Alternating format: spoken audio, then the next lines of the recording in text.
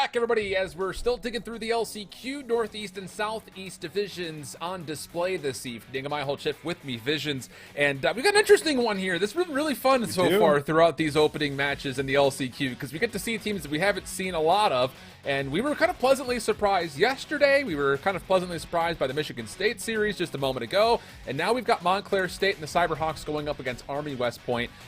Really pumped about this. Two schools that I think are really primed to prove themselves, and two schools, how about it? They actually found themselves locked into battle in the Tier 3 of the Northeast Division in the second stage. Yeah, absolutely. These guys, already having a bit of experience versus one another, have to imagine they're really amped about going into today's matchup. It's do or die time, right, Alan? You have to win every single match from here on out, and I think that's always what we love about this time of year in College Cup. We get to these LCQs, we get to these, these grueling matchups where they are must wins in order to succeed and get into playoffs. So it's always a lot to tell, and I'm very excited to see what these two squads are going to bring to the table for us tonight. Pumped about it. Again, this is round 2 of the LCQ as we dig into the head-to-head between these two schools.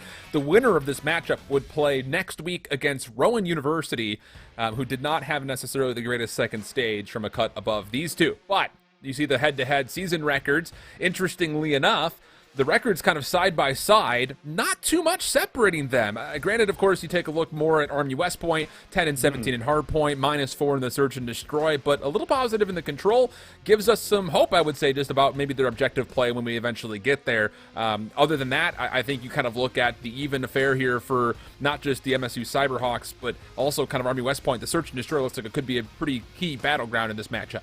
Yeah, definitely the Search and Destroy is the one that I'm going to be looking at here for both teams overall. I mean, they're at least decently tied in it. And then the map number 3, I think, is really where I'm interested to see what we have for the map set because of that exact reason of, listen, they're both pretty solid in Control. So who's going to have, that map lead potentially going into that third map here? For my, personal opinion, I feel like Army West Point, they need to come out here, win their hard point to make sure they can keep this series competitive because you do not want to be, 0-1, 0-2 down potentially going into that Control and having to win it to stay alive and continue to go through the series. And then who knows what we're going to get in hard point, honestly. Yeah, It'll be really interesting, I think, just to see how comfortable both of these teams have been. Again, the biggest storyline as we take a look at Montclair State, I think the biggest thing you kind of have to mention here is, the first stage obviously did not go necessarily their way, but they were great against other Tier 3 teams. 8-1 overall in the second stage, so I guess we could probably infer that means that they did beat this Army West Point esports team when they had the chance to play them in that second stage in the third tier. But for Nietzsche, Chroma, Lapland, and White Claw, I think the biggest thing here is, can you do it again? And how long ago, were you able to kind of see this Army West Point team just kind of going back over the history of when they had kind of figured out their regular group stage in stage 2? Yeah, who's going to be able to, step up here for us on the day? Chroma's someone I think that we've seen a little bit from in the past, be able to kind of take the reins at times. So, whether or not he's going to be able to do that again, or if we'll maybe have a different player stand out, it's kind of almost what you're looking at here for this MSU team. Again, I still feel like these guys are going to be a little bit favored, but still have to get the job done. So we'll see exactly who will be the big standout here on this roster. Taking a look at the other side here for Army West Point. I think it's going to be really interesting for this team because the first stage was not very successful for them in any regard. Only won one matchup, and that was a 3-0 versus the University of Buffalo. But then they came through the second stage and looked much, much, much better. 7-2 overall in that second stage, good enough for 4th in Tier 3. Scrappy, Salvadori, Colo, and that Wildcat guy, which I will say, Wildcat, big shout-outs to him. He actually applied to be a caster back in the Cold War year, and obviously since he played, we couldn't give him a chance to come through, but he had a lot of talent there, so hopefully he could showcase the same thing on the sticks. And with a name like that, too, I'm always intrigued to see, okay, how is it going to perform, right? Like, that Wildcat guy, that's a mouthful, but I'm ready to say that mouthful of a name over and over again if he's willing to give it to us, So I'm really excited to see exactly what he's going to be able to do. But like you said, a little bit of history here between these guys as well. A lot of built-up chemistry throughout the season, but not the best overall win record at 10-10. So another story of who the big individual could be. How to change the tides, really turn this one around here overall. As I think we're ready to jump into our map set, which is the third map, Alan. That's the one I'm really interested to see.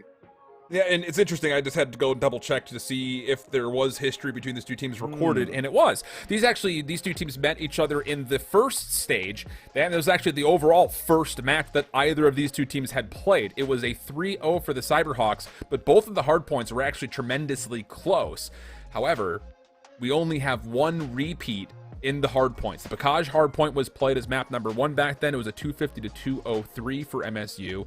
And the Search and Destroy Berlin was also, or pardon me, Bacage was on the table. So no Berlin then. So we've got a pretty unique map set here overall when it comes down to what they had played a long time ago, 12 weeks ago, versus what we're going to get here. And I think the biggest question, as we kind of already framed up, but it merits being said once again, is have you been able to really learn a lot about yourself in that second stage? We saw a lot of teams yesterday that were tier 3 teams that were very successful in the tier 3, and they smoked teams that were the bottom portions of tier 2. So I think that confidence really does go a long way as you're moving through your season. Both of those two teams, or these two teams rather, I should say, have that working for them. Well, let's see what ARs are really going to kick off and have a good start as we jump right in. Map number 1 on the Berlin. First blood looking good right now for MSU as they're trying to flood inside the point. I like this play from White Claw. He's going to hit a bit of a flank from around the outside. He's going to combine for a 3-0 start. That's going to net them a lot of time right away here on the point. Now it's all about the break for Army West Point coming back into P1.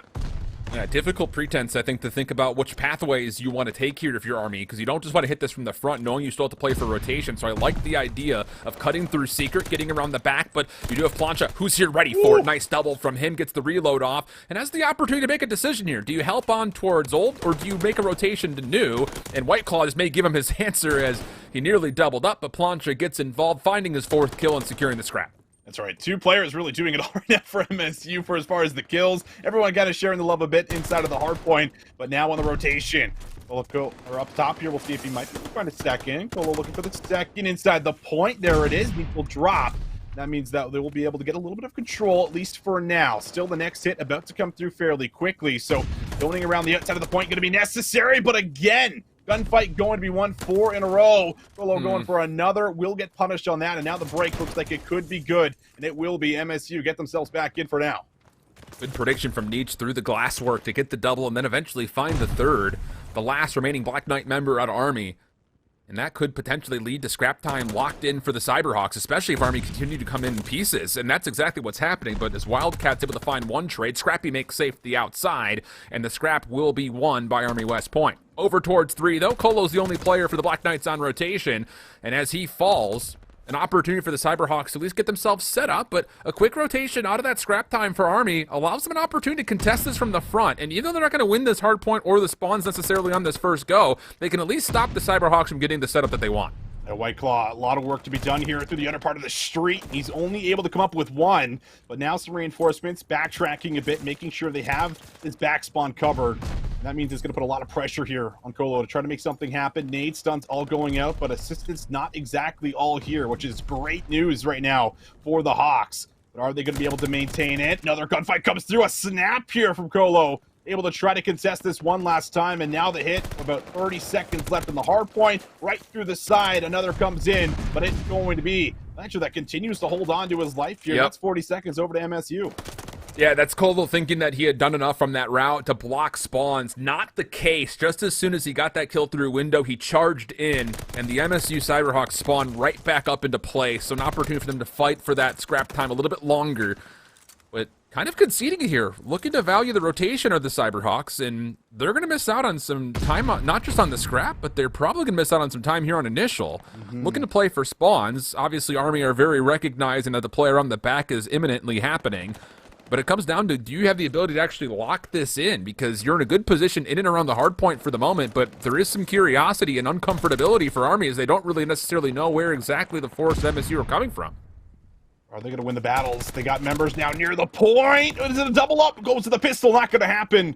White Claw wins out on the battle, but still more work needs to be done. Teammates starting to flood on through, and Hill will go neutral. 25 seconds left on the point here for now. Both teams would love to get the scrap time, but it looks like MSU in a much more favorable position for it. Salvador going to try to give it one last go. Not going to happen, and that means that MSU still able to come up with the majority of the time here, and will give themselves a slight edge heading into P5. Yeah, good stuff here overall for the Cyberhawks, continuing to fight back. That time, mostly taking the route through spawns to win the hard point. Other times, it's just been by holding on to the hard point by getting initial time. They will not have that this time, but you see exactly what the plan is. Nietzsche has already moved through fire over towards P1, looking to get the spawns on the left side of the map, and he will earn those. So now it's down to the Cyberhawks to find a way to break. On the other front, for the Black Knights of Army, it's time to hold, because they've been a little bit poor in being able to do that when they do have the time in their favor. So far, 2 for 1. The exchange Colo from the top window position is good for another. And he also recognizes that Nietzsche is close by. Plenty of help is surrounding this, and that'll be good for Army as they lock in the better part of the first 30 seconds. It almost feels like it's a little bit of a tempo difference so far between both of these teams where, Army West Point, they're a little bit slower to getting to the point, but once they do, they're usually able to hold on to it for at least a little bit of time. It doesn't last too long on P5, but they are able to come back through, try to contest this 15 seconds, and Colo, again, has been fantastic around the hard point. So they have themselves the early rotation. They're going to get themselves the remaining scrap time, and that's actually going to be the lead change as well. So all of a sudden, P5 is a different story and a different narrative for this game, as it's going to be up to MSU to once again try to break heading into P1. For the first time, Army has done exactly what is required of them through a hard point from start to finish largely. As they are spawning favorably, the only player in their way is Plancha, but Plancha's doing more than enough to slow this hit down. That's good for not just 20 seconds. That's going to turn to another 10. And Army's taking a route that's going to be watched by Chroma. Chroma's in a great position to see this. Knowing that no one's coming through lobby, Chroma's on the backside. There's no way that Army hits this freely from the front, and they're going to be completely stuffed from ever even seeing the hard point. Colo does win a gunfight in the middle of the map, but Chroma's still in a very solid position. Now gets the read that the hit will be coming from multiple fronts. And with only 15 seconds worth of playing for, I think if you're MSU, you're saying, whatever, we'll give it away and set up for new. Yeah, it almost feels like, Army West Point are running 3 ARs right now, I want to say. It feels like Scrappy's the only sub. So if Scrappy's not, doing what he's about to do right here, which I think is going to be a 2-piece every single hill, then you're never really going to get, easy control breaking into it. So that's definitely been a problem here for them so far. But are they going to be able to fight back? Still only down by about 10 seconds. This has been a very close affair. MSU trying to now flood all of their members in up the hot spawn. Colo finds one, but takes out a teammate. Back and forth, the trades will go. Colo looking for another spree. He'll find it 5 in a row. Goes to the pistol. Looks for number 6, but it will not happen. And now MSU get a bit of breathing room. And that'll put Plancha on 20 kills to match Colo's 20 of his own. But the Cyberhawks, once again, quick on the break. And convincing, I think, is probably the better word to use here. It's not just the fact that they're able to get back into hard points when they're being contested. It's they're winning the space around the hard point, allowing them freedom on rotation, which is what we've seen, I would say, 90% of the hills so far. So once again, scrap time will likely be conceded, but the Cyberhawks are in a great position in and around lobby. Oh, but a stun gets a kill onto White Claw. That'll open up fire, and that actually provides some difficulty and problematic situations for MSU that they need to deal with. And I would say, fortunately enough, Nietzsche does keep one position safe, so you only have to really worry about what's coming over through the street, and of course, is keeping an eye on what's playing through the front side of fire, which is Colo for a double. Almost a triple there. Colo really trying to do everything, but, his teammates aren't with him when he's finding these kills. So what do they actually mean? They don't mean a whole lot. One by one, you're seeing them just flood through to the hard point, and it's making it almost too easy for the Hawks right now. Colo's going to get stunned up front, and now the rest of Army West Point, they're going to have to break this P3 hill right through the front. In they come one by one again. Colo looking for some trades, shows to the second, but unable to come out with the kills. And I mean, the Hawks, they have just been flawless here at P3 so far. That's been 40 seconds, and it looks like they're almost guaranteed the next 20 as well. They're going to run away with the lead with this P3 hill. And there's just been too many times so far where we've said the word guarantee about time, whether it's initial or scrap so far, for the Cyberhawks. And even though this game is tight, you still feel like the tendencies, the trends, the styles are just ever so slightly showing an advantage to MSU. And that needs to change. And I think a lot of it is kind of where you had mentioned it. We need to see a better sub-presence coming out of Army West Point, because the ARs have been fine, and they've been able to lock down moments that you wouldn't normally expect, but the problem has been stuff on transition, and Scrappy by himself just isn't going to be able to do too much more, you feel like. Oh, it's really asking a lot when you're the only man doing it, and you got a minute 17 in the hard point. But through the back, Hawks looking to line up a couple. How about that?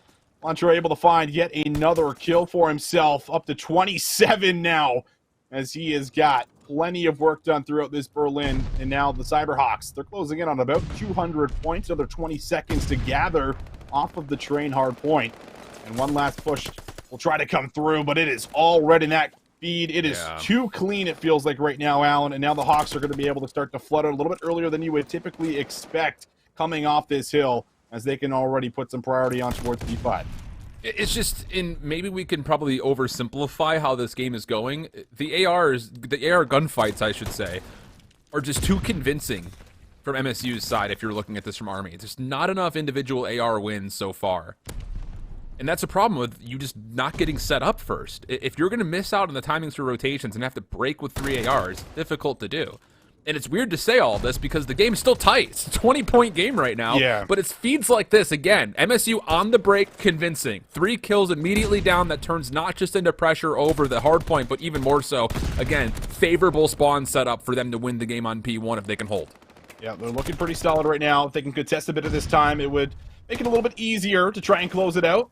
But Scrappy going to try to make a push. Does get double chowed there from the Cyberhawks. They're going to maintain that control. Wildcat guy desperately waiting for the lineup, and that's going to be 3 in a row. How about this for a rotation now? Could be able to cut down some more. 5 in a row. A chance for some streaks. Tries to keep the pressure going, and will be able to hold up the Hawks actually quite a bit. And now it's Army West Point that get into P1 first. And this is what you needed. You needed to get here first, so that way you've got the opportunity for your ARs to post up and watch lanes. They will even flip the spawns. They don't know that yet, but they will quickly realize it as the force of MSU is coming from the front. Army looking for an opportunity to get a lead switch here late into this game, and so it will be. 230 to 229. Plancha looking for a break, but is largely by himself. But he's made moments like this work out for him before, and as he has a teammate in Nietzsche to be able to break, Wildcat was looking for a pinch. He's completely outside the hard point. No help is here, but the timing might be exquisite, or is it? Plancha denies, and now it's back onto Army to look for a break. You have to break here. This push needs to be successful. And it looks like it's going to happen from a couple different angles, but they deal with one. Nobody else is here, and it looks like Army West Point, they have made an early rotation. Their numbers did not break P1. And MSU, they get pushed, they get tested, but they'll hold on for the win. Man, it's just... Am I blasted for thinking that the tendencies and trends of this game favored MSU pretty much from start to finish? Like, They did. It was just... so many different moments where MSU were able to break down Army's setup largely because we saw an SMG get into a tight position and finesse their life. Or they were on rotation first and the ARs were absolutely stomping on what the hits were supposed to look like for Army. There were a couple of heroic moments, and maybe some of them were off camera, so that's why the trends of the game felt a little bit more one-sided than the score would suggest, but I think that last hill says everything, where Army has an opportunity to win rotation. They get 5 kills out of Wildcat, they get into a setup, and then even still, they're not quite able to hold things up, largely because the SMGs of MSU started to get around the back, find those secret door entryways, and be able to set up multiple points of ingress where the ARs were just never able to fully respond to them. And that's why we always, really highlight the roaming SMG player, because he's responsible for doing exactly that, right? Roaming around the point a little bit, just trying to figure out, okay, is there anyone lingering from the back, trying to hit a pinch? And it's just kind of about being really annoying, but using your movement efficiently to the point where you're not dying and you're only ever getting traded out. That's kind of the idea that you want with your sub player. And I just didn't feel like we really had that. Now, to be fair, Scrappy does soak up a good amount of time here for his team. Sure. He is doing what he can, but I just feel like you almost need a second one on the map here to really help Army West Point control some more of their breaks. But we take another look over the stats, and really did feel like the Colo show here, up against Plancha overall. Like, these guys were kind of just going head to head, blow for blow throughout the AR battle, just about through the entire map here, both getting involved in the hill quite a bit as well. But in the end, it is, of course, the Hawks that are able to close that one out, just with a little bit of clutch play just around the P1 point, and a lot of it just came through every single player there near the end. Yeah, and, it's interesting, from the Army West Point perspective, you look at the difference between Salvador and Scrappy. Like 16 and 26, 17 and 25, neither obviously great KDs, but look how different the damage is. And it's only like, 300, 400 damage. It doesn't feel like a lot, but sure, that's pretty significant when you're trying to jump in. And like, what that tells me is that Salvador just wasn't able to finish kills. And I want to say for a large majority of those hard points, he either started with an SMG or swapped to one to try to help out in certain regards, but I don't know, man. It just felt like the SMGs overall for MSU were finding more overall efficiency. Like, even Chroma at 16 and 22, like, he had 9 objective kills. So like, he's finding value to get into the hard point, find a kill, and then hold it with a minute 17 of hill time. So I don't know. I think there's little differences here or there, but I think the overall narrative of the map, in my opinion, just felt like on break and on hold, MSU were just better, even though it was only an 18-point game. Kind of surprising to say. But now we jump into a Berlin Search and Destroy, and this is an obvious, I would say, a more facilitated mode setup if Army decide to still run a large 3 AR setup. Like, you can make that work on both sides of the bomb. You definitely can. And the big factor, I was thinking of coming into this setup, into this matchup, was the fact that, hey, listen, like the first 3 maps, like they're basically all really to be determined based off of what your ARs are doing here. And the fact that you maybe have, a little bit of a slower playstyle on the map number 1 here for the Army West Point could be good going into a search and destroy at the very least. If your patient play, can end up working out for a little bit of hesitance or just a little bit of kind of shoulder checking coming through here for the opposition, those could be your chances to find some of those first bloods, create some of those numbers advantages so that you can attack the site or defend the site, whatever it might be. So maybe they'll be able to find a little bit more favor here, but to be fair, MSU do have the better S&D record between the two. So still a lot more work needs to be done. And just coming back to my original point, Alan, do not want to go down 2-0 for that simple fact that both are actually really good at control here. So it very well could be a 3-0 here for the Hawks if they're able to show us the exact same thing that is showed there in the hard point going into the S&D. No, I like that diagnosis of a must-win map here, essentially, for Army West Point. And I think it's just one of those things, too, and I don't mean to, like, downplay the fact that we're dealing with 2 Tier 3 squads, but the ability to recover and put together a reverse sweep for either of these 2 teams, you don't feel like there's that natural underlying level of confidence that you would get from, like, a CDL or a top challengers team, where you feel like every situation is winnable. I don't know. Maybe I'm looking too much into that, but I do think that there's something to be said for both of these 2 teams going into a search and destroy where the records are not stellar, but they are relatively even. And that means an opportunity for Army to try to tie this series up at a 1-1 map count. We'll see, because I think there would be a lot of pressure onto Scrappy as well, just playing off of a solo SMG if that is indeed the case. There's a lot of trust that has to go into it. Yeah. I think individually, you have to know what your life is value-wise. Like, you cannot overcommit when you're in certain areas, again, on either side of the bomb. You have to trust that your ARs are going to get the job done for you first. Well, let's see if they can do it. The setup was there. First map for the side of Army West Point. The breaks were not. So can they be better in these tighter enclosed areas? That's what we're watching for. But here we go, ladies and gentlemen. MSU Cyberhawks up against Army West Point. 1-0 up is MSU. Into the S&D on Berlin we go. Attacking first will be the Hawks, and right away, no fear, into the B site they'll go, checking their corners, looking at the window. There is an opportunity for Colo to maybe get some good timing here, but nope, the bomb will go down, and all 4 members still alive on both sides. And the problem here is not just that the bomb goes down without any point of contact, but MSU get off the site without anyone even seeing the exit, but Colo still sniffs out Nietzsche through the woodwork over by Mail.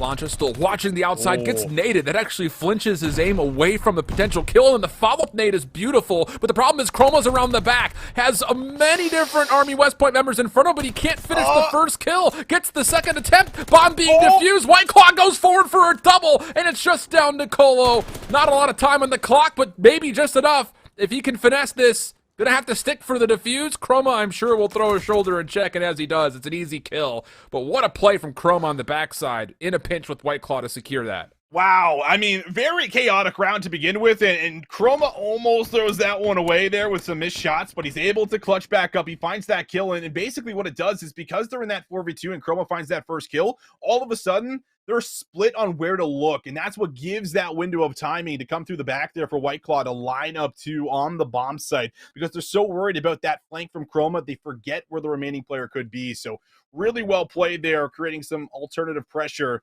to allow White Claw to really clutch that one up, and that means that MSU will find their first round. So now, Army West Point, they have a much different decision on their first attacking round. They want to try to come over to A, and they do have an opportunity to drop this bomb here as they're trying to work inside the site. Oh, good first blood, that Scrappy with a sniper rifle to deal with Plancha. An angle that was largely watched from the middle of the map, so now the rotation for the Cyberhawks has to be very cautious moving through the destroyed halls. But with this counter nade presence, they're actually able to get back over towards staircase. Nietzsche nearly gets a double, trying to follow up his Chroma. Oh, and the shoulders from Colo are decent, but Chroma doesn't commit to the gunfight, allowing Colo a second chance at life. Problem about this is you need to collect the bomb, and White Claw in the back. What? Is that a little jump scope from Scrappy? It must have been. I wish we saw that from his POV, because that looked nasty on the other screen. My goodness. 1v3 now for Chroma.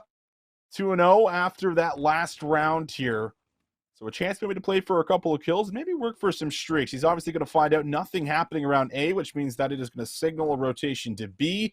The bomb, however, is going down, but he might... Oh, he doesn't see him. He doesn't see him. Chroma gets past one. It still could be good news, but not seeing that first player is certainly going to hurt, and now they're going to turn and find him. Army West Point able to bounce back here and tie us up at 1 apiece. Wow. Just that sniper presence is now immediately going to be in the heads of MSU. Yes, it will. Especially if it was a jump scope. Like, you get picked off of an easy flank read like that, and if you see it from his kill cam that he jump sniped you. You're just like, what? You watched that one back, didn't you? You watched that kill cam. How did he do that? 100% you do. Yeah, exactly. Wait, what? Guaranteed. And it's also a 3-kill spree now for Scrappy. Yeah. Do you trust Scrap to bring the sniper rifle out here? He was kind of watching over that B cross last round. I imagine he is probably watching that same cross and look at MSU. They're like, well, if he's going to be watching that cross, let's not give him an opportunity to get an opening snipe. We're just going to go ahead and get a full flood over towards the front doors of A with White Claw watching the frame. Yeah, I like the call. But can they actually work through some of the players? Wildcat doesn't actually fully get spotted inside the site as they take some shots. Nades and stunts now going out. This is certainly going to signal that Army West Point, hey, listen, the boys are here. They're trying to work inside of A. Just can you stop them? And Wildcat, I think, is still concealed with a position, but in the back, Scrappy, it's a bit of flinch. That one just going over the right ear of that player. But now Wildcat pops up, will get punished for the play. Polo also dropping, and now it's Army West Point slowly falling apart here on defense as they're going to have to work back from a 2v4. Yeah, Nietzsche is making sure that this defensive cross is going to be contested. Yeah, very easy elimination here, and Scrap probably about time to consider saving. For streaks, rather. I kind of got into Valorant mode there for a moment. Save! Don't throw away the scope! Oh my god. I can't believe it took me this long to do that. But I recovered well. Save for streaks, not the sniper rifle. You get that for free. We knew what you meant, Alan. Jesus. Very clean round, though, across the board. I think it's like back to that patient play that we were really praising Army West Point for, and it's kind of what we just get there out of the Hawks, where it's just, slowly stun, nade, wall bang these little angles inside the site, figure out where they are, and no one's working from a flank from behind, so there's really just, a full-on defensive setup from the front. Very easy to hold. And now, offense the whole way through. Will we get another round? Potentially. Scrappy gets aggressive, but it's not looking great. He's all over the place, but he still brings home the kill, and now he gets the flood to the back. Good map control is now in for Army West Point, and Scrappy should have another. There it is. It's all up to one. MSU, they have not been able to find their footing in this round. That's very clean for Army West Point. Yeah, it's really 2 great offenses in a row coming out of Army West Point, and it's different looks both times. Obviously, the last time we were here, we really gave a lot of credit over to Scrappy, 2 opening snipes plus the final with an AR he picked up. But I think that all of a sudden creates headaches for the Cyberhawks when they eventually get back to defense. We'll talk more about it once we get to round 6. But here in the 5th, now the question kind of trends over to Army West Point. What do you do differently under defense? Because you've had some pretty solid looks at contesting the plants, but you haven't been able to follow up with initial eliminations. Kind of the first blood battle has not gone your way from the defensive side. So what do you change this time? And how about Salvador trying to play through secret, but this is being watched. I believe that was called out by White Claw, followed up by Chroma.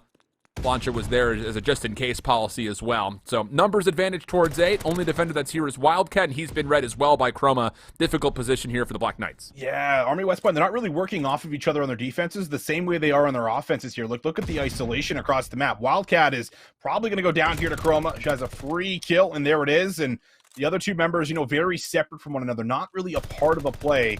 And as this bomb goes down, Scrappy's going to have to try to find something, and, well, he's the only one left alive, and Scrappy is kind of running for the hills right now. 2-0. They are running at him one by one.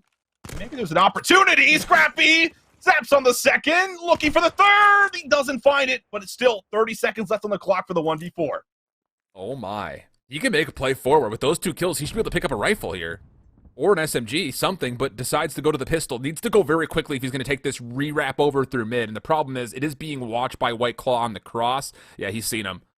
So Nietzsche will 100% know, just in case he slips through. Not going to happen. Hell of an effort, but the only credit he'll get is maybe a couple of NTs in the chat as MSU continue this offensive spree from both sides' perspectives. Yeah, and not to harp on, Army West Point too hard, because I know this is not one of their best game modes, but you can kind of see how they're just not really working off one another on defense, and no one's really, hitting, a flank or hitting, an alternative route. Fair. Double hitting it, so it's almost making it too easy, it feels like right now for the Hawks, just to simply focus on the front of the site. Once A is clear, guess what? Nobody else is really going to be working from a flank right now, so you only have to worry about the front.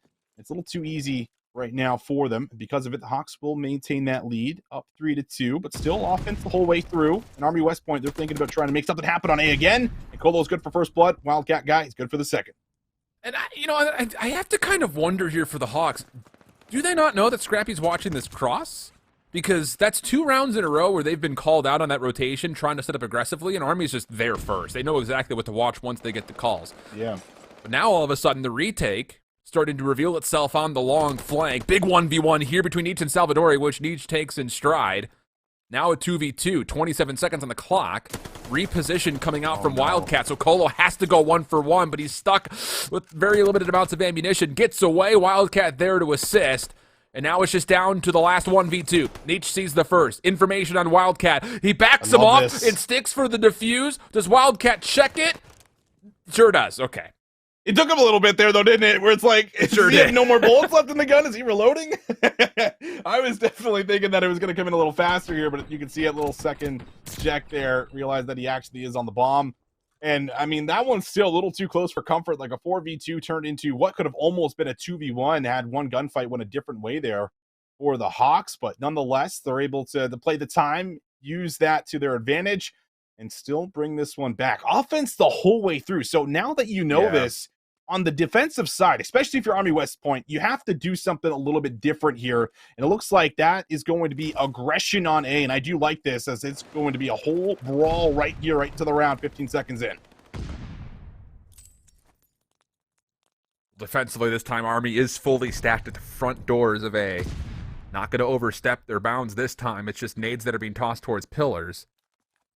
Chroma very well may find a timing around the back, but it's been read. Salvadori for the opening, Colo to finish. And the, I want to say, like, aggressive, reserved setup here for Army is working, but the thing about it is once you get those numbers, why not just back away? Fortunately, Wildcat's there to pick up the double. And not only that, it's White Claw needing the bomb to also play through this 1v2. Yeah, White Claw, really tough to work through this scenario. So he's going to try to wrap all the way from the back here. And he's going to be able to clear this area, which is going to give him a good idea on where the remaining players could be. But the problem is that you can't really spend too much time checking every corner. You're going to have to move in and move in quick. You still have to get this bomb and plant it. Might have a shot at Scrappy, and he does. So there's the first kill. It's all up to 1. They know that. Wildcat guy was inside of the site, but I think he saw him right from behind. Should be number 6, and there it is. No 1v2 will happen. And finally, Army West Point will grab a defensive round. Finally, anybody will grab a defensive round. That too. But I do like that adjustment from Army West Point. Just full stack the front doors, read the cross towards B, and then you have opportunities to either freely rotate back through lobby, set up a post plant retake from the front, or push through train with numbers and possibly hit a flank to deny any post plant through warehouse. So I like that idea from Army West Point. And in the process, Wildcat is now 1 away from streaks as well. Mm-hmm. So the full ace in the round, I believe, plus the final 2 kills from the round previously would get us to that number 6. Quick maths. And MSU want to challenge that. Oh my goodness. Nietzsche opens the door and Plancha finds the kill. Scrappy looking to follow up, denied. And Nietzsche's going to find more information. He wants this elimination. Looks to get aggressive, but very wisely backs down and says, let's just play this 4v2 a little bit more traditionally. Yeah, just play slow here. I mean, look at where they are. They're trapped at the back of the map. You have so much control. I mean, Plancha's literally just watching their spawn house right now. Like, who's going to give me a peek? He is not playing any kind of an angle that's going to help him. He's just playing for the snap. And while he tries to snap on one, shots will go a little wide. Both players now for Army West Point going to be inside the building. But Polo has found an opportunity to be able to push out a little bit. 35 seconds left on that clock. The biggest part is going to be getting this bomb. And, well, now he's just lost his teammate and has to try to get through 3 players. Yeah, no chance there. So I'm not. It's maybe one of the first times that I've seen such a clear look at that kind of defensive. I will say, I'll call it a retake, but a defensive contest over mail, where one player opens the door close, the AR already has the gun up, and it works out nicely. And then as soon as that gunfight fades, the SMG that opened the door kind of barges through it. It's a really cool kind of tactical approach to getting into mail. So defense for defense all of a sudden. Maybe the trends of the map have completely changed. And I will say Salvadori is under threat of joining the agency here in what has been a very tight search and destroy. Plancha mid-map, always giving away his position, though. Does he have enough help here? Offensively, it's just Nietzsche that's nearby. Chroma's watching the outside, and no, there's no help whatsoever. So Plancha had a really good timing of a route, but that gets shut down. And oh boy. Little peek push through the window shutters will allow Wildcat an opportunity to be traded away. All right, the reads were good here right off the bat, but now Army West Point, they're going to have to try to break the post plant setup. Scrappy looking for a sniper shot for the back, won't be able to find it. But now with 35 seconds left on the clock, you're going to have to move fairly quick. This has been a problem here for Army West Point. Sometimes they take a little bit too much time, a little too patient, and now slowly but surely they're being picked apart. Salvador is still yet to find a kill. Colo from the back does take out Chroma. Snaps for the second. It's not going to happen. And the Hawks, they'll be able to make the fast plant work out here in their favor as they'll pull ahead to 5-4. Oh, boy. It's just another situation here for Army where you get the first blood. Yeah. It was pretty much given to you. And I don't want to call it a breakdown, but I feel like there needs to be an evaluation here of, we have numbers. We're playing a little forward. We're kind of, prodding a little bit on this defensive aggression. Once you get what you came for, which is the first plug, get out of there. Tough scenes. And now all of a sudden, things become do or die time. And Scrappy may find information on all three defenders here. If you can see the backside of White Claw, he may be able to. This will be good information for Army, but they've largely already committed towards A. Not only with the bomb playing close, but you've got Colo who's pushed up pretty far towards pillars. There's not an easy exit here as Nietzsche has already pushed through the B site. That's what I was worried about. And then Salvadori worried about the flank. Will go 0-8 as Wildcat would have to 1v4 to keep Army alive. Yeah, Wildcat guy, he's been pretty spectacular for the most part. Does have the bomb. I feel like those are really the good news of the situation. But the bad news, he's still got to get through 3 players and he's only got a sub. And that is really going to be the difficulty, especially since they know he's trapped inside a fire. Everyone's going to start to fan out, look for him here across the map, and you're going to have to make a move here if you're that Wildcat guy. Moving towards the A side, I feel like, is really going to be your only option. Yeah. Gonna try B. Well, he's maybe done this completely concealed. I don't think Nietzsche saw him. No, he absolutely hasn't. And he's planning this in a pretty solid position. If you can get out and maybe open these doors, I was going to say maybe there's an opportunity to get back to warehouse, but instead he's going to try to play dockside, and Nietzsche was already there to cut him off. And it'll be a 6-4 surge. Very tight affair through the first, we'll call it 8 rounds. Then MSU just kind of blow the door off of round 9 and round 10. Unfortunately, Salvadori will not be having a great series here. 0-8 in the search. Not good news. No, that's the worst news you could possibly have, isn't it? 0-8, unable to find a kill. A little bit unfortunate here for Salvadori after what was a pretty rough map number 1 there in the hard point as well. And man, that one, I feel like it's a really tough pill to swallow for Army West Point because it felt like there was, a lot of good things happening, especially once we got to that halfway point and they were able to find that first defensive round. But you could see MSU really just adjusted perfectly. They said, okay, we need to switch things up a little bit as well. They start getting a little aggressive on their defensive rounds, open up with a couple of kills. And you can really see the difference from both teams once, picks started to come in. Army West Point very, stabilized in the back, just kind of hoping someone's going to give them a kill rather than going out and looking for a play at times. And that's always going to hurt you, I feel like, in S&D when teams start to get a little bit more disciplined, just like we saw in the Hawks. So very clean. 2-0 up right now, Alan. They're looking solid. I'm sure they're feeling great, and they just need one more to put this entire series away and move on to that next round. Yeah, and I really do believe, kind of when we were setting up this series, that the 2-3-5 were going to be the most interesting questions about both of these two teams. It's hard to really pick an advantage for either of these two just based on their records. Obviously, the hard point much more cloudy than the records that we kind of saw through Search and Control, but that 8-12 overall for Army, you kind of start to realize where the 12 losses have come from. If you're finding good first blood value or good first engagements in general, but then not kind of using your numbers to your advantage, it's tough scenes. And, obviously Salvadori 0-8 with only 470 damage, that doesn't help. No. So, tough scenes across. Great game out of Nietzsche, though, 12-5, 1,200 damage. Chroma's able to put in 1,200 damage as well. Those are big numbers through 10 rounds of Search. And I will say, I think just kind of looking forward, we're starting to see some kind of prominent players starting to kind of peek their heads up here for Montclair State. Yeah, I've been liking it a lot for as far as, MSU so far. A lot of them have been involved in both maps here. We saw, and crazy things kind of happening for the air players in the map number 1, and then all of a sudden you start to see some takeover from the subs going in towards the map 2. So mixing up some of that aggression, everyone getting involved in all the plays, exactly what you need in order to make it through this LCQ. So they're on the right track, Alan, but still have to get the job done going into what is, Army West Point's best game mode. So there is still a chance, but they're going to have to dig deep. That is indeed the case. We'll at least give them a halftime break here as we step away, do our diligence with our ads, and we'll come back for map number 3, Control. Must-win situation for Army West Point, or they are eliminated from the LCQ and the CCL postseason. We'll see how it fares when we come back after this. Welcome back, everybody. It is a 2-0 map count for Montclair State Cyberhawks against Army West Point, the Black Knights. And so far, I mean, hey, the map counts and the scores for each map will look pretty darn close, but there have been some pretty big key differences that have led to these advantages that we keep framing up for Montclair State. And the hard point, it was just their ability to kind of control space in and around the hard point, and then back in the Search and Destroy, their ability to string a couple of rounds back together, as it was an all-offensive affair until we got to round 7. Yeah, extremely close, and I feel like that's got to be your biggest takeaway here if you're Army West Point. The fact that, listen, guys, we haven't closed out these maps, but we've been so close to doing so, right? One more rotation, one more break, just a couple more things go a little differently in those S&D rounds. Maybe you have a shot at being able to tie this one up 1-1, but it's not the case, so now you got to go into one of your best game modes, and guess what? It's a Gavutsu, which is, I feel like, good news for Army West Point. I don't know what their record is, but just with their play style. And, I mean, this one probably will end up going to around 5, I have to imagine. But with the way that they like to run their ARs and just their patient play, this could be very good for the Malin coming in towards a Gavutsu control. Yeah, I like that call. I mean, the 3 ARs that we kind of really heavily noted on with the Berlin hardpoint definitely should be a win condition here for Army.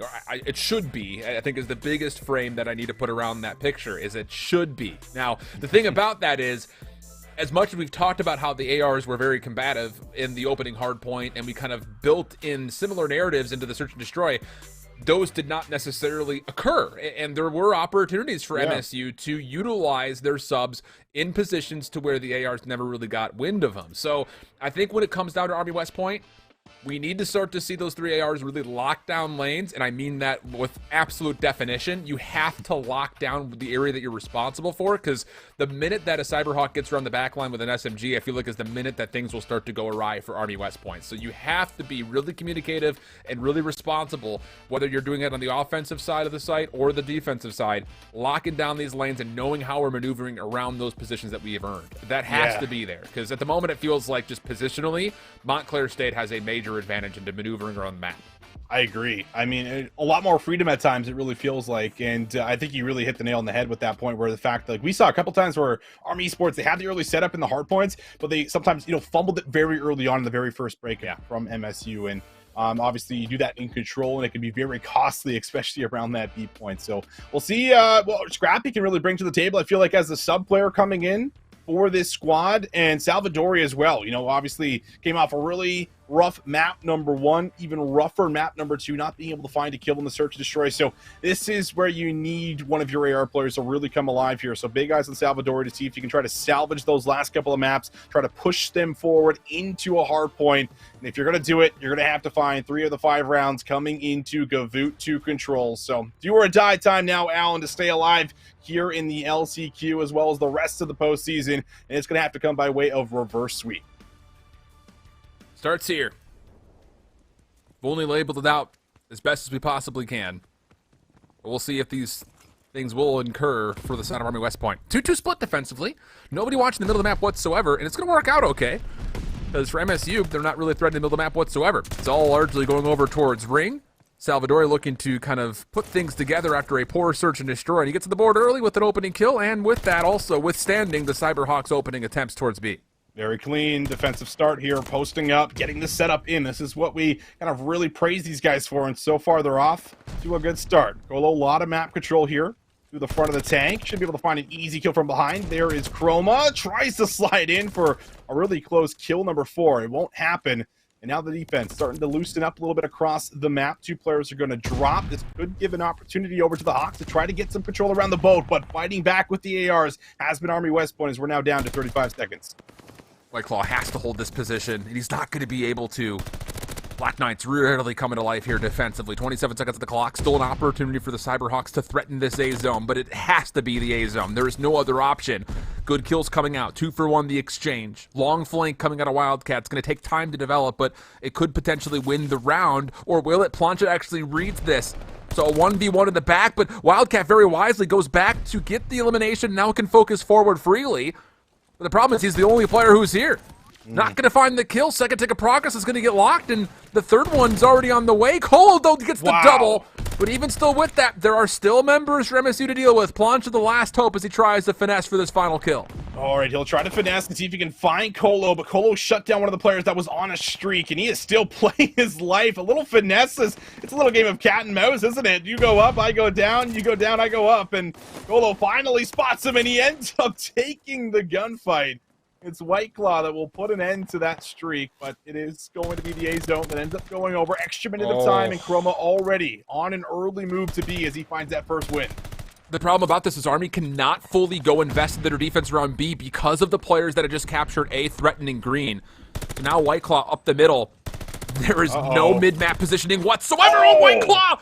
He thought he finished the kill, went to the pistol for a reload. Wise to finish off what is now 3 in a row. This is very doable. 13v9, not a single kill to speak of for Army's perspective after the A zone had been captured, and lives or zone is still a win condition here for Cyberhawks. Look at Nietzsche. I'd love to get Nietzsche's POV from the back right now. He should be able to find some value as he does get one, but can he work for more off screen? He does. So Nietzsche gets 2 in the back right now. Now we'll switch to him. 3 in a row, looking for 4. He is just cutting down Army West Point, and they're down to 4 lives. No lives remaining from here on out. 12 up for the Hawks, and they're on the zone. This is looking solid for their first round. And that elimination from Wildcat is the first Army West Point elimination in over 60 seconds. But the bounce back very well could be there. No, maybe not. Wildcat now the last one left. He has to use the clock as his ally, but Plancha ego chows it with the pistol. I believe that put him on 5 in a row. And Montclair State, from the brink of just not having any time on the offense whatsoever, they stall the clock for a touch over at B, and then they get the clean, convincing wins through A to add 60 seconds and eventually put Army West Point literally backs up against their spawn. And just to come back to the point that you had made earlier coming in, Alan, where you were really worried about, how Army West Point would be able to recover if someone gets to the back. Well, we got that perfect example of what Nietzsche did to them back there. He goes on, 3, 4 in a row. It completely stops Army West Point from being able to push it on the map. And this is not a team that's really good at taking away a lot of space. So because of it, they lose the first round, and now they have to respond as Plancha's on 7. That will be the glide bomb earned. Going to give you a lot more comfortability just kind of around this point. Can Plancha continue to keep this streak going? He's got a sub in hand. He's got some help with them, and they've been controlling this B side perfectly so far as he comes off the top ropes, really looking for that one, but he won't find it. Oh, Nietzsche actually gets the kill into Wildcat. I believe that's through the landing vehicle, so it was nearly a single play for a solo tick of progress at B, but that gets denied. And Plancha's already ready for any potential hits over towards A. Oh, boy. You just feel like it's totally just getting, wheels off the axles here again for Army West Point in pieces, looking for something desperate, it feels like, through the middle of the map, which Wildcat does tally 1 elimination, but we have to focus here for the Black Knights, and that will help. 3 straight kills coming through, an opportunity to stop the clock and get progress at A. There's maybe an opportunity, but should be an easy cleanup there for Nietzsche right from the side. This is the sub pressure I talked about, being able to just move around, clear out the ARs from holding on to some of these really important power positions. And, well, because of it, you can obviously see a nice little lead that they've been able to build up for themselves. But it is the A zone that's fully stacked here. No one from MSU makes the move fast enough. So that's actually a lot of time to work with heading over to B. And they find a clean kill feed as they can start working into green, maybe get some players into the back, and disrupt the entire defensive setup around B. And defensively, the Cyberhawks need to know that you have to push through this B zone right here. And they don't even realize that the hit through green is actually still incoming. Oh, that's kind of a miss hit right now for the Cyberhawks defensively. So much focus thinking, oh, they got A, maybe they're just going to come hit from the front. But when you've got that convincing of a kill feed as they finish off the A zone, you have to expect pressure on the back. And the Cyberhawks will not just take care of that pressure. They will also deplete progress at B and get the setup over towards ring. But as Wildcat is on 4 in a row, collecting a double from top turret, it opens up an opportunity for Army West Point to still hit around the back. And the Cyberhawks are really not in a position to deal with this. You have to get a read here quickly, and it's probably Plancha who has to get this read probably sooner rather than later, you would hope, because this is a very threatening hit from the Black Knights. Yeah, he's going to find out that, all right, they're all back here. There it is. Scrappy finds the kill. Colo gets the second. This is the push they needed, but White Claw wants to stop them in their tracks. Only able to come up with 1 as the spawns now are a little bit chaotic here for MSU. Glide bombs coming into play. That should clear off Scrappy on the point. Make sure that that clock continues to tick away. And, well, good recovery so far for MSU. They clear out everyone from the back on Army West Point. Yeah, it's looking good once again, but this last hit, so to say, maybe there's an opportunity if Salvador can win the opening 1v1 through mid to kind of rewrap, put pressure on the pinch, but now it'd be hard-pressed for Army West Point, especially with this route, to even get to the zone in time. Good first kill, though. May lead to an opportunity, but White Claw is there to follow up as the second line of defense, and oh boy, White Claw, beautifully done. Knows that Colo's nearby, an exquisite triple in the feed, and Army West Point will see their hopes of a B control point capture go awry, and, well, now they find themselves needing to not just reverse sweep the series, they need to reverse sweep the control as well. And I'm pretty sure, I'm not certain, I'd love to get like a flick through of all the players here on Army West Point. I think they're running 4 ARs right now, and because of it, like, it just feels like there's like a lack of sub pressure. We saw, I think it was Scrappy in the map number 1. He was the only sub player. We just tuned into him at the end of that round, and he only had an AR in his hand. So I don't even know if anyone's running a sub right now for the side of Army West Point, and it's really hurting them because obviously they just can't easily maneuver around these points like you're seeing Nietzsche do, like you're seeing, Plancher do as well, who's been kind of swapping back and forth. But it is a good start coming into round 3. Army West Point, just like last time, they stuffed the B push. They get some good control around ring. And that's going to also give them a lot of map control overall now as MSU have to fight out of their spawn. Well, once again, the opening attempts from MSU largely squandered without much cause for concern in any regard for Army West Point. It's what happens afterwards that has been problematic, and we're starting to see that unfold once again. Scrappy down low takes care of Chroma, but the problem was he had White Claw above him, and White Claw was on 6. Now he's got a glide bomb, and Wildcat's in trouble as well. Little red dot chase coming out. That's actually going to be punished, but the tool has been earned. I think if you're the Cyberhawks with 37 seconds to play and no room to work with here, you probably just hang on to that. Unless Plancha can do something incredible, again, single-handedly, around the A zone. It feels very familiar. It feels very familiar. A double comes through, mid-map and top ring control here for MSU. They've got options when it comes to stopping this clock when they look for progress.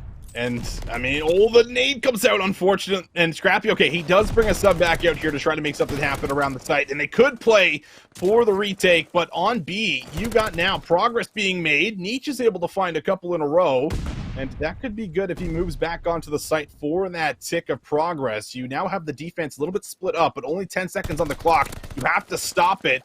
Wildcat guy gets shrugged off the angle for a second. It could allow Nietzsche to move in and stop that clock. He tries to. Colo challenges, but they're able to get through the mid-cut. And now they have pressure on both zones at the same time. Just a matter of can both players try to hold on as they're slowly being isolated. Salvador should have a really easy read here. Yeah, the kill comes through simultaneously. The other will fall towards B. And so, even in desperation moments, it started to look maybe possible for MSU, but not nearly as plausible as their first offense. So, with that said, Army gets onto the board, and who knows? They had a couple of good looks on their last offensive attempt. Yeah. So, if you can just kind of put the pieces together as you move from one zone to the other and just not get into that kind of crazy, chaotic mid-map situation that we had from their last attack, it's doable to send this to a 5th round. I think so, absolutely. I mean, they captured the A zone last time fairly quickly and had a lot of time to work with. We'll see if they can do it again. Long-range shots. Salvadori not going to find a whole lot of success with the opening shots. But everybody here for Army West Point has made a move on the A zone. Scrappy makes the first move inside of the point. And we'll start to get that progress ticking away. 2 players actually on it. The snaps in the back, though, from Nietzsche. As he tries to break the play wide open. It sets it up well for Plancho. Gets the 3rd. Wildcat guy, the last one left alive, as he has to try to hold on to his life, and it's not going to happen. White Claw gets there for the trade. And a very nice retake is here, but Army West Point, they're right back for another attack. Oh, boy. Scrappy opportunity starts to build here. 3 Black Knights ready to go for this A hit. Plancha up top. Too many players to shoot at. It's like, I could shoot this guy second. I could maybe shoot this guy first, but tried to strategically plan out the transfer.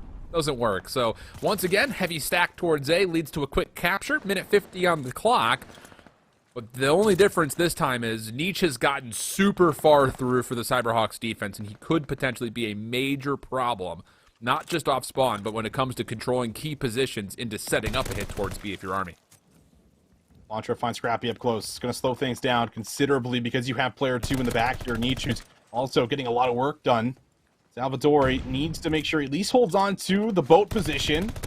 He tries the gun. White Claw on the heady. A back and forth battle. He decides to go to the pistol and puts the pedal to the metal and finds White Claw in the back. And maybe this is your opportunity to try to break the setup, but holding on to circle so well has been the Hawks, and they've made sure that is their main priority. And Cole is really frying, though, I will say. He is. He shoots straight. He doesn't shoot That man sideways. shoots straight, you know? I've seen worse. But an opportunity's, you know, kind of missed, I would say, just off of that forward position. And every single time Army's trying to hit towards B, it's been through green. And I think you're starting to realize, if you're MSU, that this is indeed the case.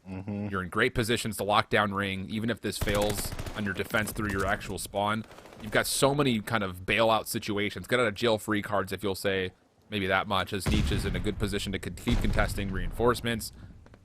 Favorable spawns will allow the Cyberhawks to reinforce defensively, and even Nietzsche winning a gunfight there as we swap off of Wildcat. Not good news here, as Colo would once again have to make a special individual play happen. And he actually is good for 4 for 1 the feed. Opportunity maybe for a first tick of progress here.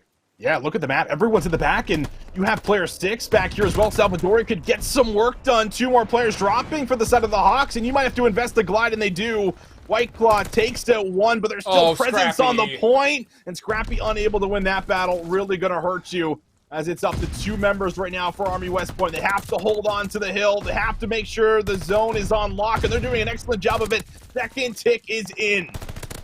Third on the way. Lives becoming a bit of an issue for both sides, though. Plancha needs to find the recontest. Everything hinges off of this last player in Salvadori, and he falls.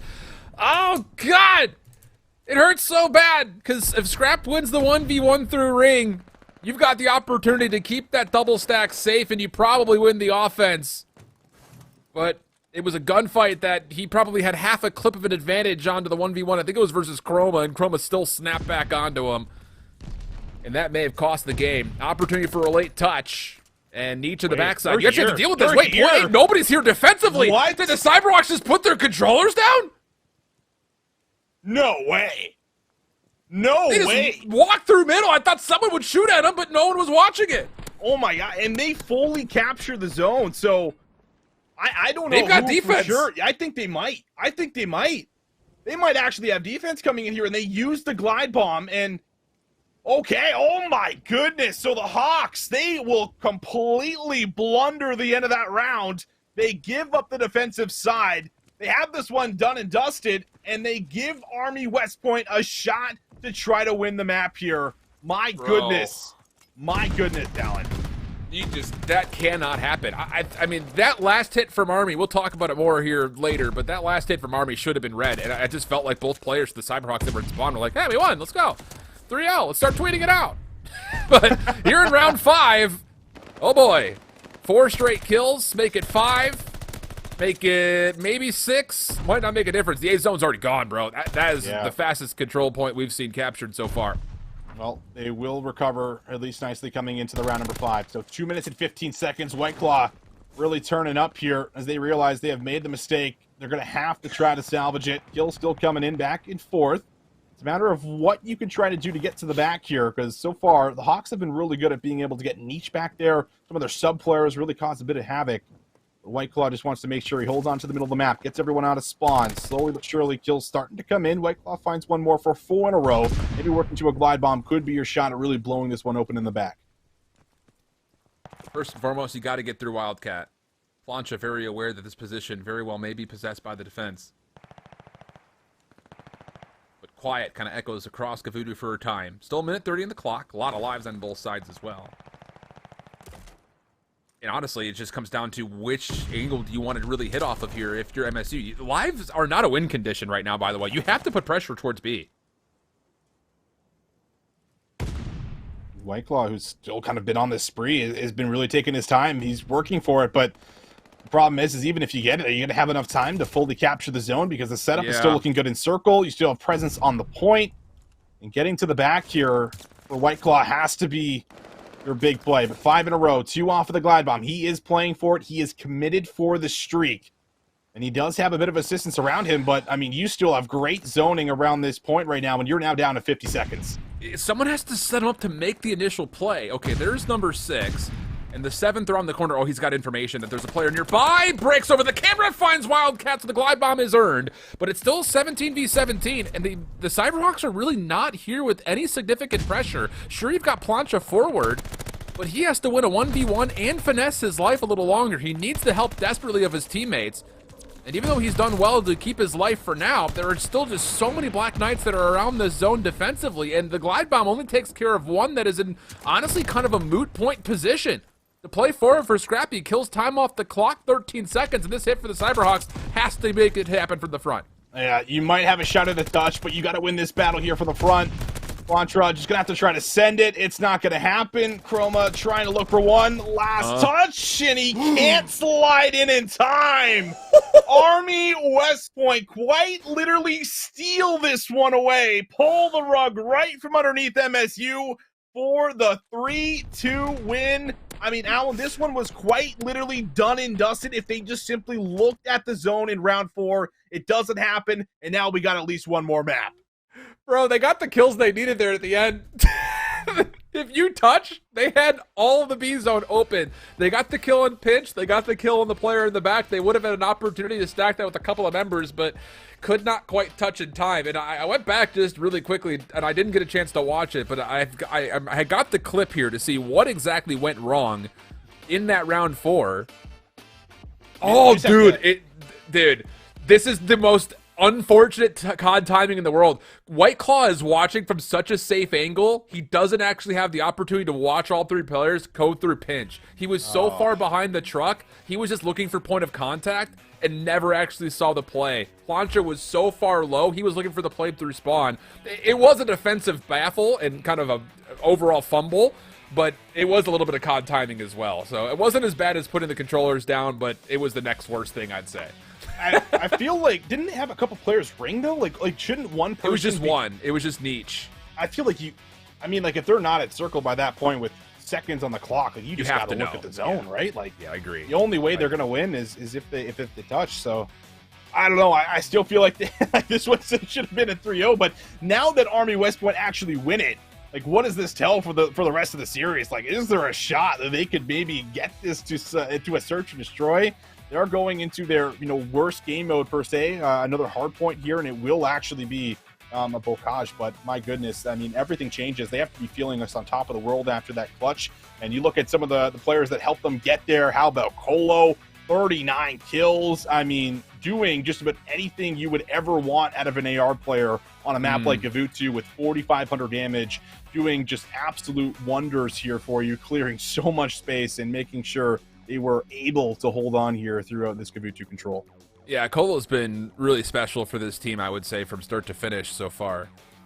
So great stuff out of Colo. And that gets us to a back-to-back Bocage, I think. You want to talk about a spot where anything can happen? Oh, no, it's a Tuscan for map 5. Just kidding. I totally lied to you. So it's Lisa Bocage hardpoint, though, to get things started. Problem is, and I know you're about to go there, Austin, so I'll take the first step and let you finish things off. You need sub-presence if you're Army West Point on this map. How many are they going to run? That's my question, right? Like, yeah, fair. Like, I know Gavutu is a massive map, but even on Gavutu, like, Scrappy was switching over to an AR at times. Like, it feels like there was a lot of AR slow players, like, on this roster here for Army West Point. I mean, I know there's a lot of momentum, feeling great, like clutching up the way that you did and then closing with the round 5 has to make you feel amazing. But I still see a lot of holes in their gameplay when it comes to the respawns, and in particular, like you said, like subs, right? Like, how are they going to be able to break hills on Bocage if you're just constantly pre-aiming, waiting for the opposition to come to you? It's just not going to happen with the way the spawns work on this map, because as soon as you kill one, well, guess what? They're there in 5 seconds again. So you have to have sub pressure pushing out of the hard point, not just getting in there, but pushing out, roaming around, and we need to see at least 3 of them on the map. I mean, this is Bocage we're talking about. Hard agree. We won't have to wait long to get our answer, jumping straight on into it. But I think all of those worries are very, very evident after the first map that we saw, and even maybe more so through the last 2 that we just had, when it comes to, is there an SMG that you can really trust? And I think the player that it needs to be, if I'm being honest, I'm kind of hoping that the player is going to be Wildcat, because what we're getting out of Scrappy and Salvadori together has not really been all that great. But Wildcat has picked up an SMG off the ground a couple of times and made some good work happen with it. So if you are going to run a double AR, double SMG setup, I'm kind of hoping that Wildcat's the one to run that second sub. We'll find out, though. It's not a good start for Salvadori. Colo's actually got the SMG in hand. Okay, so what I thought would be main AR city for Colo, that turns into a sub for him. But the problem is you got 2 kills, and that's not good enough. Yeah, not good enough here at the start, but Salvadori might be the only AR player at the moment, so good stuff overall. Army West Point are adjusting their gameplay a little bit here for the Bocage. Chroma trying to get some work done around P1 as well. With 20 seconds left, both teams starting to eye up that rotation, working into the back at Army West Point. They've done an excellent job of putting themselves in a prime spot to maybe win out on this rotation, but Scrappy does not check his right, meaning that it's all up to one. Salvadori needs to get the job done. He's unable to do so, and they have just been swarmed and overwhelmed here from the Hawks. Yeah, this is what I think we were both really worried about. It's just the convincing nature that we saw certain kill feeds kind of crop up through the Berlin. If that happens here on Bocage, this map could turn into a very quick runaway. We'll see. Army was at least salvageable, I think, through a lot of the Berlin hardpoints individually in the map number 1. It get us to an 18-point game. And they're doing pretty well to contest this from the front and put pressure around the back. Problem is, White Claw's on 6, and he's got some high ground to look for streets. Colo reveals himself down low. White Claw changing the angle. Comes back around looking for a pinch. And he gets denied by his teammates. But even still, that all said, not a lot of time on the hard point from either team so far. And that's good news for Army, generally speaking. Yeah, not terrible. I mean, White Claw hasn't died yet. He's kind of just been going on this spree and does earn the glide. He might be able to clear off the hard point there as well, but his teammate gets the job done. Niche good for 2. Still, overall, MSU able to get at least a tad bit of time around this, and the remaining 8 seconds should also be secured. I'm glad we're staying on board with White Claw, because we're at the 3rd rotation on Bocage, and he is still deathless, so we'll see if he can maybe break this one wide open as well. In from behind, no one's watching the back, and White Claw right away, already back in the point, looking for now double digits on the spree. Yeah, this has just been kind of a, I was going to say one trick pony show here where White Claw's just doing everything in the world. But the comical gunfight as there was a leaping player in front of him to deny. And look at the score. It is, call it what it is. It's about a dead even game. And at a certain point, White Claw, great, you got 9 straight kills, but bro, can you get in the hard point? Maybe on some of these kills, you already got the glide bomb, brother. You're not going to drop a V2 here, okay? Yeah, it's like your ranked teammates, man. They're just going rogue. They're like, get the hill time. It's like, man, you're right there. Just get in the hill. Get some time. But finally, he's like, all right, I will. He's listening to us, Alan. You can see him. 10 seconds now up for grabs. Should be over for the Hawks. That should give them just a little bit of a hard point lead here. Now going into what will be yet another rotation. Back to barn we go. 2 players going to be working for that player in the back. Spawn's looking good right now for Army West Point. And they will be able to clear out Chroma, but now they have to get through one more. Plancher is back here, and he's trying to see if he can maybe get a flip of his own. But still, the game stays tight. And there is no break as of yet. Plenty of Black Knights around to potentially contest this, but it's just... Wow. As soon as I want to start framing up that Army's doing something well, they get 3 or 4 pieced. And it's just... the same problems that you were talking about at the beginning of this map, same things we're talking about in the middle of Berlin, are continuing to be the bane of Army West Point's existence. No holds to be found anywhere for them.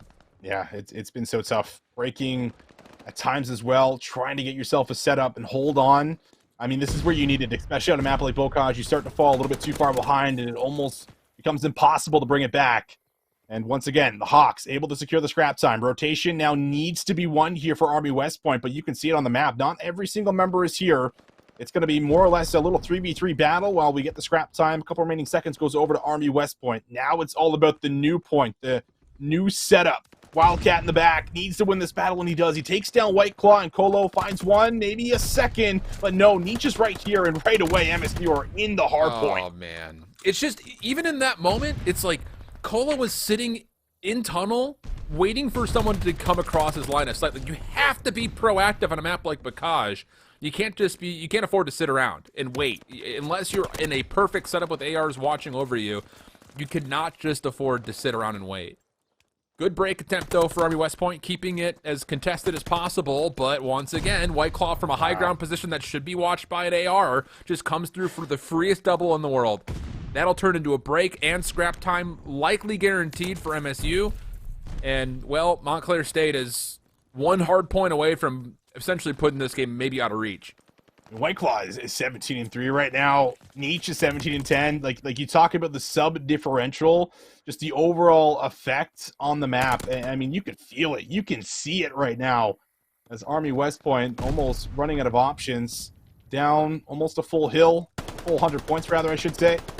We'll see if they can maybe get some work done into P1. At least get them off the time here would be a great step. And, well, there it is. A couple kills come through. Polo throws himself on the hard point here for a second, and they will have a bit of a setup, but are they going to be able to hold on? Well, I think you could probably answer that question yourself, Austin. I don't know, Alan. It's a little close. White Claw on his 89th streak this game so far. Yeah. 5 in a row again. Eventually denied, but he's single-handedly taken over this lot. And he has started to find his way into the hard point, too. I think that's a little bit more evident now that's like, okay, I've got this glide bomb that I'm just hanging on to, so even if I go on another 7 spree, who cares? But Army does well to at least cancel out and negate any pressure over the top of the hard point here, right in a key moment as well. They get the rotation on the back, but does anyone know that Plancha is chasing shadows? He is right behind this same rotation that Army took, and oh boy, this is about to get ugly. Okay, well, you stare at him all you want, but turn that into the double that you're looking for. There you go. Plancha for 2. Chroma picks up to make sure he stays safe, and the glide bomb was a part of that, but not necessarily needed as a clean break once again comes through for Montclair State. It's always just like the little things, the little mistakes, right? Just not tracking one player, not being able to watch the back fully. It was a good route overall that comes through for Plancha, but that will just about make this one unreachable unless Army West Point can somehow contest, another 20 seconds here. And they will make a move for it. Plancha at 3 in a row in the point.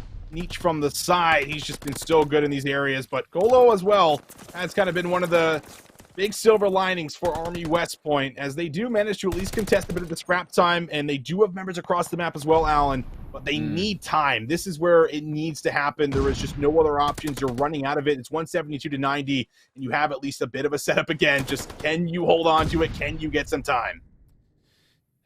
Once again, Austin, I frame up the answer to your question as one that you may be able to answer yourself. And the SMG's getting it done a little bit more mixy this time. Chroma nearly snaps for a double, but Army West Point will hold on to the front side of this hard point. Spawn in, reinforcements now here. Can you deal with the next hit? Here come the Cyberhawks once again from the front. And no, they cannot. They cannot deal with it, Austin. Wildcat's doing everything he can, but they can't deal with it. They just can't, man. It's tough. It's looking real tough right now. 80-point differential. Wildcat will try to make a play from the back. Could be good for 2, and there is a second, almost a third. So good damage, but the spawns are going to flip up at the absolute worst possible time here. And MSU happy to give over that scrap time to make sure they solidify the early rotation. But Salvadori does maybe have an opportunity. No, it's too many subs, man. It's too many subs on the map, and they just have too many ARs. That is literally the problem. Yeah, no one's winning any 1v1s, bro. That's the biggest issue. I mean, there have been a couple of decent moments for Army, but a lot of it has been off of like little pinchy plays like this, where it's like, cool, like you got a couple of kills, you flip the spawns around, but then as soon as you need to win your 1v1s, as you have everything locked down, you're not winning any of their 1v1s at all. So now you've got Plancha on the flank, takes down one with him, and okay, here we go. This is what we needed to see. It's probably a day late and $1 short, but the thing about it is at least that's inspiring as you try to finish off this last 20 and maybe rotate over to River to make this maybe a contested game, but you've got to get this scrap, and you need a full 60 essentially at 5. You do need a lot of time on 5, and the best news here is at least you have the game clock on your side. It's not getting too low to the point where it's like you have to stay on the hard point for every single second. So there is maybe still ways you can work back in. Scrappy pulls out the sub. This is what I wanted to see. We need more hill pressure, and Army West Point starting to deliver in that category. Now down just about a full 80 points here. Can they start to mount this comeback? All the way through the back is going to be just about every single Hawks member working through Grandies, trying to break open the point from the high ground. Salvadori needs to win that battle. He can't, and that is almost too easy again, as there's only one more you have to cut through, and MSU, they break through again.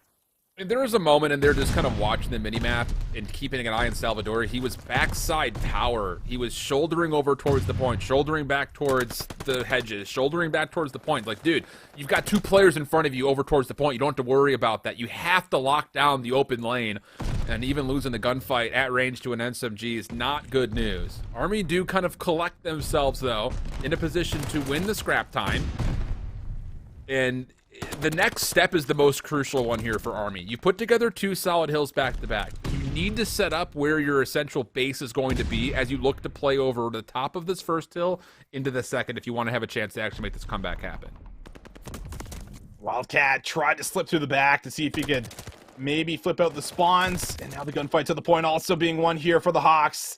Looking pretty solid. Might be able to get it done. Plancha with a double. Put Scrappy down in the dirt. One last attempt for Army West Point to try to break, to try to contest, to keep this one going to yet another hill, and it's not looking possible. White Claw and Chroma clear out the remaining players, and that will be it. 3-1 through the series, and the Cyberhawks are able to close out yet another best of 5 to keep themselves alive here through the LCQ. This is a pretty dangerous team, I think, for the group that they find themselves in here through LCQ. It's a really good showing, I think, from all 4 members for Montclair State, and I would say in particular, just the SMG is obviously a significant advantage, but so many 1v1s were just overall, I would say, dominated by the ARs as well. I think this team actually could be pretty dangerous for that Rowan University team, which they'll meet up with next week. I will say for the Rowan Profs, they did not come off of a very good second stage. Sure. In fact, I think we could probably call a spade a spade. It was a very poor second stage, only winning 2 games, and that was versus SoCo and New Haven, 2 teams that really struggled against everybody. So I would look at this MSU team and say, okay, don't get overconfident. You know, step forward in the control, make sure you're watching the right things defensively, and then kind of maybe figure out some stuff for the Surge. And I think you're actually in a really good position to potentially get to playoffs. I don't really rate that Rowan team all that highly, and I think just with kind of the overall dexterity that we saw from MSU across all 4 maps, I think they definitely have an opportunity to make the playoffs. I think it's a fair point. I mean, I agree. I think they definitely do. You see just, a couple of the players that stepped up and really showed us, like, really key performances. Like Plancha had that hot start to the map number 1, and he was also able to kind of revive a lot of that going in towards the final map here. And then you have, people like White Claw and Nietzsche that are able to, at times, play multiple different roles for you through this entire set that we saw that were super influential. Like White Claw with an AR looked great. White Claw with a sub looked great on Bocage here, having an absolute just barn burner of a map when he was like, what was he, 20-4 at one point in time? Slowed down a bit in the end, but obviously was a huge part of the lead that they built up there through the first and second rotation. So, I mean, I think there's a lot of players that you can rely on to step up in those clutch moments, which is kind of what you need when you're looking for those, best of 5s that'll get you into playoffs, getting through this LCQ. You get to the first best of 5, you just need to get to the next one. And I do see a lot of consistency through this entire roster. So I think that you're right in talking about this as a squad that could potentially do it here for us now. I agree. I mean, it's just one of those things that I think when you look at all the 4 individual regions, like outside of Bay State, Northwood, and Rutgers, I think the Northeast is the softest, top-loaded division. Like, you have those 3 teams, but then, like, I think anybody in Tier 1 is beatable. Maybe, okay, I'll give Davenport credit. But I think everybody else outside of maybe the top 4, I think are very beatable. So you're dealing with a Tier 3 team, sure, but you've got a bottom Tier 1 team waiting for you in Rowan. And then who knows what the playoff bracket could potentially look like. Like, I think there's an opportunity here for Tier 2, Tier 3 teams in the Northeast to at least be competitive if they can make it to playoffs. The question will be, like, if you match up against the Southeast teams, you're probably going to get smoked because the Southeast is probably the deepest region that we have from top to bottom. So I don't know. It's tough. Tough is tough. But I do like the look overall from MSU, just as far as how they individually were able to kind of put themselves together in a group of 4. Granted, of course, I don't think the test here from Army West Point was as significant as some teams are going to be in playoffs potentially. And I will still say, like, getting through Rowan is no cakewalk, but I definitely think it's doable based on what we saw here today. Yeah, very possible.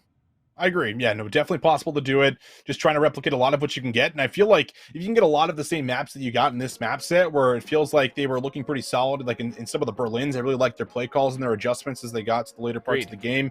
I think that they have it in them to be able to, pull out wins just based off of what we saw through the maps, even when things weren't always going right. The ability to clutch up in map 1 was fantastic. The ability to turn everything around kind of in the map number 2 on the defensive side was also big. So yeah, I think these guys have a lot going for them. And as you mentioned, I mean, like, they could be one of the sleeper teams that end up getting through here and carry this confidence into next week. That's all you got to do.